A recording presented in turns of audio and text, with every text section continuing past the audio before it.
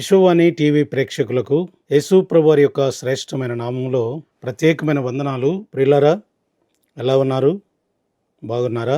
దేవుని ప్రేమను బట్టి, దేవుని కృపను బట్టి మీరు క్షేమంగా ఉన్నారు అని మేము తలస్తూ ఉన్నాం. మా అనుదిన ప్రార్థనలో తప్పకుండా మీ కొరకు మేము ప్రార్థిస్తూ ఉన్నాం. దేవుడు మనందరినీ తన కృపలో భద్రపరిచి ఉన్నాడని నమ్మచ్చు ఉన్నాం. ఈ సమయంలో నేటి వాక్య ధ్యానం కొరకై ఏర్పాటు చేయబడినటువంటి వాక్య భాగాన్ని మనం చూద్దాం. పరిశుద్ధ బైబిల్ గ్రంథం నుండి యెహోషువ గ్రంథము 24వ అధ్యాయము 15వ వచనం. యెహోవాను సేవించుట మీ దృష్టికి కీడని తోచిన ఎడల మీరు ఎవరిని సేవించదరో, నది అద్దరిన మీ పితరులు సేవించిన దేవతలను సేవించదరో, అమోరీయుల దేశమున మీరు నివసించుచున్నారే వారి దేవతలను సేవించదరో, మీరు ఎవరిని సేవింప కోరుకునినను నేనును నా ఇంటి వారును యెహోవాను సేవించదము అనెను. దేవుడి మాటలు మన కొరకు దీవించునుగాక. ప్రియమైనటువంటి దేవుని బిడ్డలారా, ఒక కుటుంబములో ఒక యజమానుడు లేకపోతే ఒక గుంపులో ప్రధానమైనటువంటి వ్యక్తిగా, నాయకుడిగా తాను ఒక శ్రేష్టమైన మాటను చెప్తూ ఉన్నాడు. ఎక్కడ రాజీ పడ్డం లేదు. మరి ఏదోలే అందరం కలిసి వాటిని మొక్కుదాం, వీటిని మొక్కుదాం, ఆ పని చేద్దాం, ఈ పని చేద్దాము అని చెప్పడం లేదు. ఎక్కడ కూడా దేవునికి ఆయాసము కలిగించేటటువంటి కార్యాలలో ఎక్కడ రాజీ పడకుండా యెహోషువ తానంటూ ఉన్నాడు, మీరు ఎవరిని సేవింప కోరినను నేనును నా ఇంటి వారును యెహోవానే సేవించదం. ఎంత ధైర్యంగా ఈ మాటలు చెప్పగలుగుతున్నాడు. నీవు నేను మన కుటుంబంలో ఈ మాటలు చెప్పగలుగుతున్నామా? ఎందుకంటే చాలా కుటుంబాల్లో భర్త దేవుని మందిరానికి వెళితే భార్య వెళ్ళదు, భార్య దేవుని మందిరానికి వెళితే భర్త వెళ్ళడు, భార్యాభర్తలు వెళితే పిల్లలు వెళ్ళరు. ఈ విధంగా కుటుంబంలో ఉన్న ప్రతి ఒక్కరూ కూడా దేవుని సన్నిధికి వెళ్ళగలిగే స్థితిని కలిగి ఉండాలి. కనుక ప్రియమైనటువంటి దేవుని బిడ్డలారా, ఆయన ఎంత ధైర్యంగా చెప్తున్నాడు, నేనును నా ఇంటి వారును యెహోవానే సేవించదం. ప్రియమైనటువంటి వారలారా, కొన్ని గృహాల్లో మనం చూస్తే భర్త మరి చర్చికి వెళితే భార్య గుడికి వెళుతుంది, మరి భార్య చర్చికి వెళితే భర్త గుడికి వెళుతూ ఉన్నాడు. ప్రియమైనటువంటి దేవుని బిడ్డలారా, కుటుంబాల్లో ఐక్యతలు లేవు, కుటుంబాల్లో ప్రేమలు లేవు, కుటుంబాల్లో ఒకరి మాట ఒకరు వినడం లేదు, ఒకరికి ఒకరు విధేయులు కావడం లేదు. అలాంటి పరిస్థితులలో మరి యెహోషువ తాను శ్రేష్టమైన మాట చెప్తూ ఉన్నాడు, మీరు ఎవరిని సేవింప కోరినను నేనును నా ఇంటి వారైతే యెహోవానే సేవిస్తాం. నిజంగా మరి మనం ఆలోచన చేయాలి. తండ్రి ఒక కుటుంబానికి ఆత్మీయ నాయకుడు నడిపించే నాయకుడు సరిగా లేకపోతే కుటుంబం సరిగా నడవదు. ఆ కుటుంబం ఇష్టానుసారంగా జీవించేటటువంటి పరిస్థితులు ఎదురవుతాయి. లోకంలో ఎన్ని చూడడం లేదు మనం. ఒకరి మాట ఒకరు వినేటటువంటి పరిస్థితి కలిగి ఉండాలి. ఎందుకంటే వారు ఎప్పుడైతే దేవుని వాక్యాన్ని చదవగలుగుతారో, ప్రార్థన చేయగలుగుతారో, వాక్యానుసారంగా జీవించగలుగుతారో, ఈ విధంగా మరి నేనును నా ఇంటివారు అనే మాట ధైర్యంగా చెప్పగలం. కాబట్టి తండ్రి కుటుంబానికి ఆత్మీయ నాయకుడుగా ఉండాలి అని చెప్పి ప్రభు పేరిట ప్రేమపూర్వకంగా నేను మనవి చేస్తూ ఉన్నాను. పరిశుద్ధ బైబిల్ గ్రంథంలో ఎఫెసీయులకు రాసిన పత్రిక 6వ అధ్యాయము 4వ వచనంలో చూస్తే, తండ్రులారా మీ పిల్లలకు కోపము రేపక ప్రభు యొక్క శిక్షలో బోధలో వారిని పెంచుడి అంటూ ఉన్నాడు. చూసారా?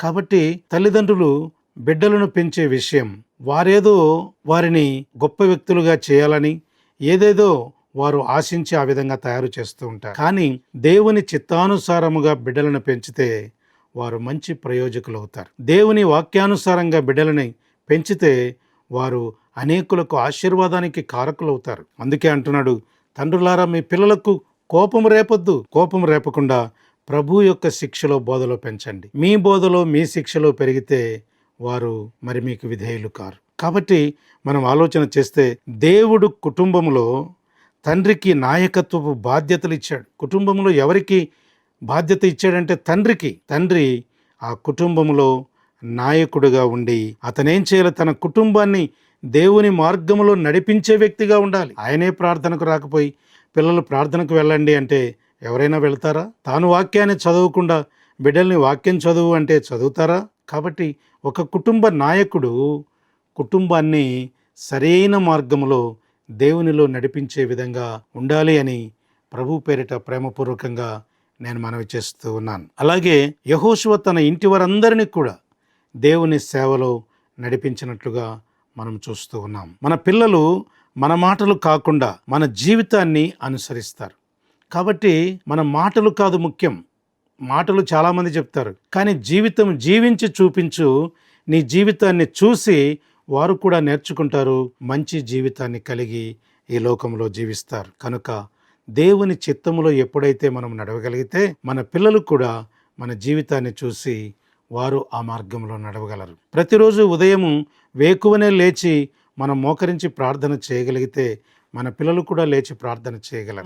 8 గంటలకు లేస్తే మన పిల్లలు 10 గంటలకు లేస్తారు. కాబట్టి అలాంటి పరిస్థితి కాదు.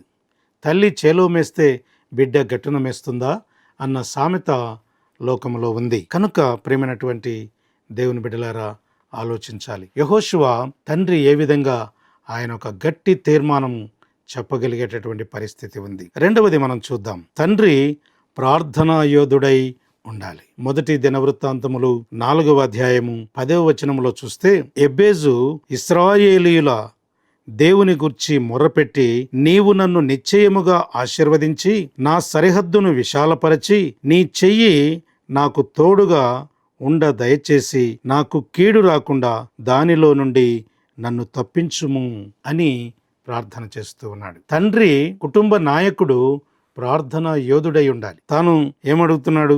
నన్ను ఆశీర్వదించు, నా సరిహద్దులు విశాలపరచు, నీ చెయ్యి నాకు తోడుగా ఉండు, కీడు రాకుండా తప్పించు. 4 విషయాల కొరకు ఆ కుటుంబ నాయకుడు ప్రార్థిస్తూ ఉన్నట్లుగా మనం చూస్తూ ఉన్నాం.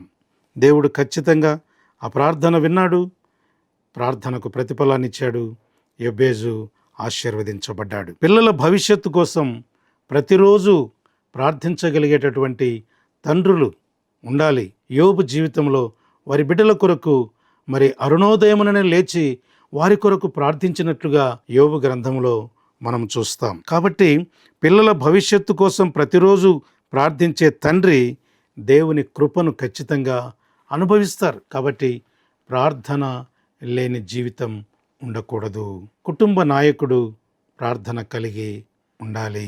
అలాగే మూడవదిగా మనం చూస్తే తండ్రి మంచి మాదిరికరమైనటువంటి జీవితాన్ని జీవించాలి. కొరింథీయులకు రాసిన మొదటి పత్రిక 11వ అధ్యాయము 1వ వచనం, నేను క్రీస్తును పోలి నడుచుకొనుచున్న ప్రకారం మీరును నన్ను పోలి నడుచుకొనుడి. చూసారా, ఇక్కడ అపోస్తులుడైన పౌలు గారు విశ్వాసులకు మాదిరికరమైనటువంటి జీవితాన్ని జీవించి ఈ మాట చెప్పాలి అంటే ఎంత ధైర్యం కావాలి? నేను క్రీస్తుని పోలి నడుచుకుంటున్నాను, మీరు నన్ను పోలి నడుచుకుంటే చాలు. ఈ మాట చెప్పాలంటే ఎంత ధైర్యం కావాలి?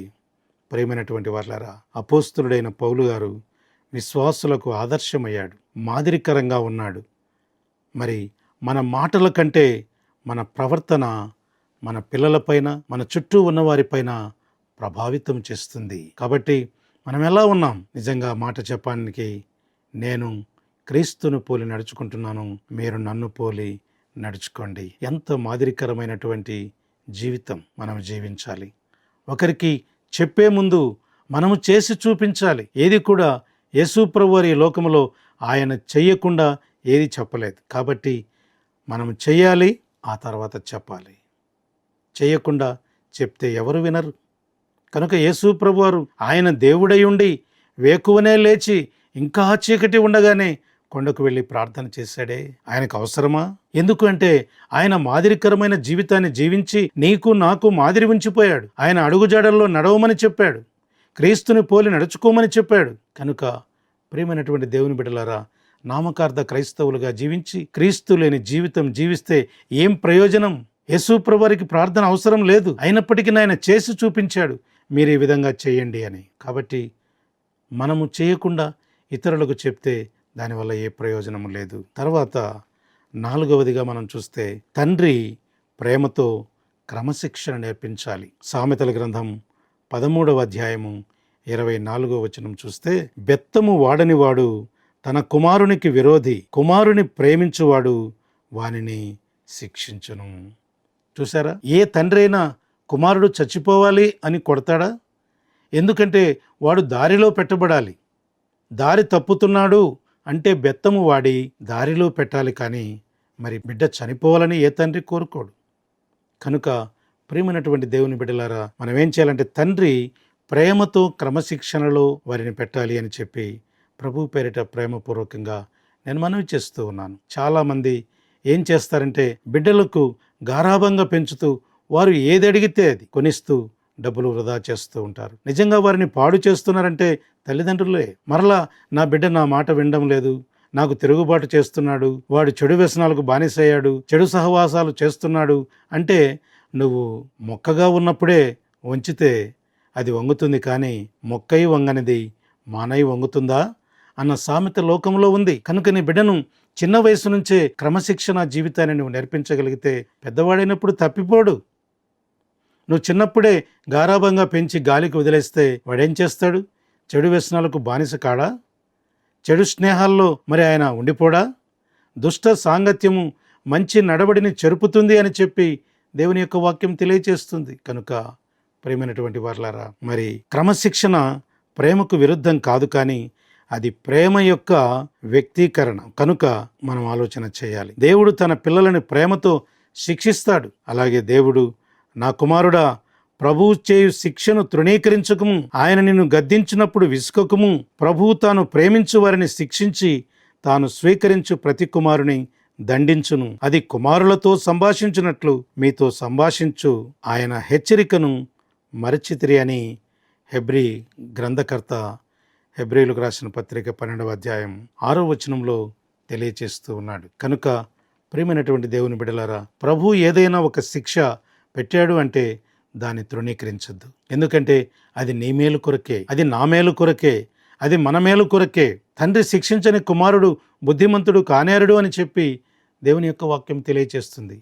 మనము బుద్ధిమంతులం కావాలి అంటే శిక్షించబడాలి. బంగారము అది బాగా దగదగ మెరవాలి అంటే అది అగ్ని పరీక్షకు గురి చేయబడాలి. అగ్నిలో పుటము వేయబడకపోతే మెరుపు రాదు. మన జీవితాల్లో కూడా మరి దేవుడి యొక్క శిక్షకు గురి కాకపోతే, తృణీకరిస్తే మన జీవితంలో నాణ్యమైనటువంటి వ్యక్తులుగా, యోగ్యమైనటువంటి వ్యక్తులుగా మనం తయారవ్వలేం. కనుక 5వదిగా మనం చూస్తే తండ్రి విశ్వాసాన్ని వారసత్వంగా ఇవ్వాలి. ద్వితీయోపదేశకాండం 6వ అధ్యాయం 6-7 వచనాలను మనం చూస్తే, నేడు నేను నీకు ఆజ్ఞాపించు ఈ మాటలు నీ హృదయములో ఉండవలను. నీవు నీ కుమారులకు వాటిని అభ్యసింపజేసి నీ ఇంట కూర్చుండునప్పుడు, త్రోవన నడుచునప్పుడు, పండుకొనున్నప్పుడు, లేచునప్పుడు వాటిని గుర్చే మాట్లాడవలను. సూచనగా వాటిని నీ చేతికి కట్టుకొనవలను.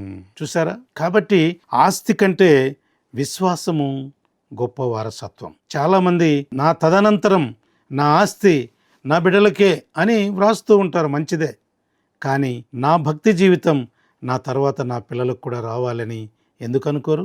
ఎందుకు వారిని ఆ విశ్వాసంలో పెంచరు? కొంతమంది మంచి సాక్ష్యం ఇస్తూ ఉంటారు. ఏమని అంటే, ఈరోజు ప్రార్థన చేయకపోతే మా తల్లి మాకు భోజనం పెట్టేది కాదు, మా తండ్రి ఈరోజు ఆదివారం చర్చికి వెళ్ళకపోతే మాకు కావలసినవి కొనిచ్చేవాడు కాదు అని సాక్ష్యం ఇచ్చి ఆ విధంగా భక్తి జీవితంలో పెరిగిన వారు ఎంతోమంది ఉన్నారు. వారు మంచి ప్రయోజకులయ్యారు, మంచి దేవుని సేవకులయ్యారు, గొప్ప గొప్ప పరిచర్యను వారి లోకంలో చేయగలిగారు.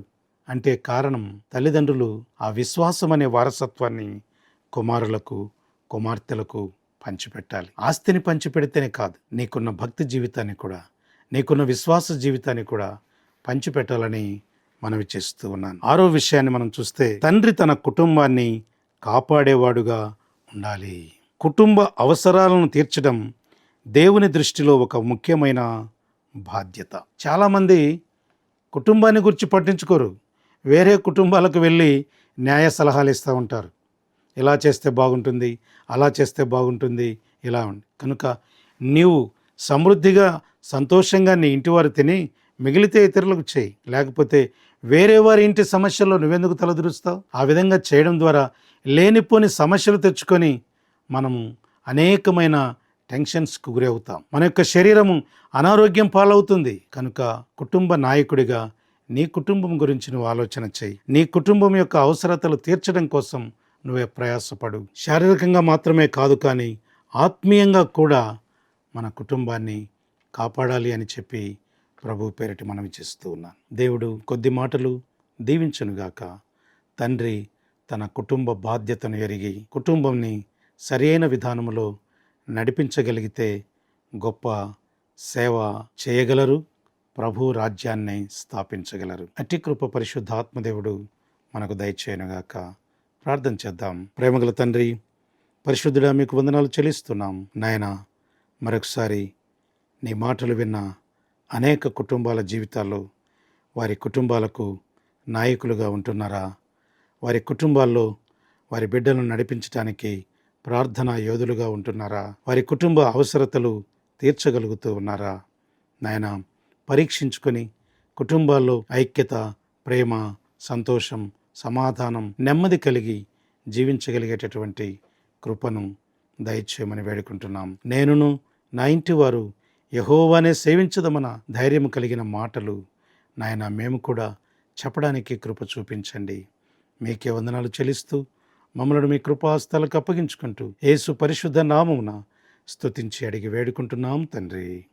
ఆమెన్. ఇప్పుడు మన పరమ తండ్రి అయిన దేవుని ప్రేమయు, ప్రభువైన యేసుక్రీస్తు వారి యొక్క కృపయు, పరిశుద్ధాత్మ దేవుని యొక్క అన్యోన్య సహవాసం, సన్నిధి సహాయం మనకు సర్వ పరిశుద్ధులకు సర్వదా సదాకాలము తోడయుండి నడిపించునుగాక. ఆమెన్.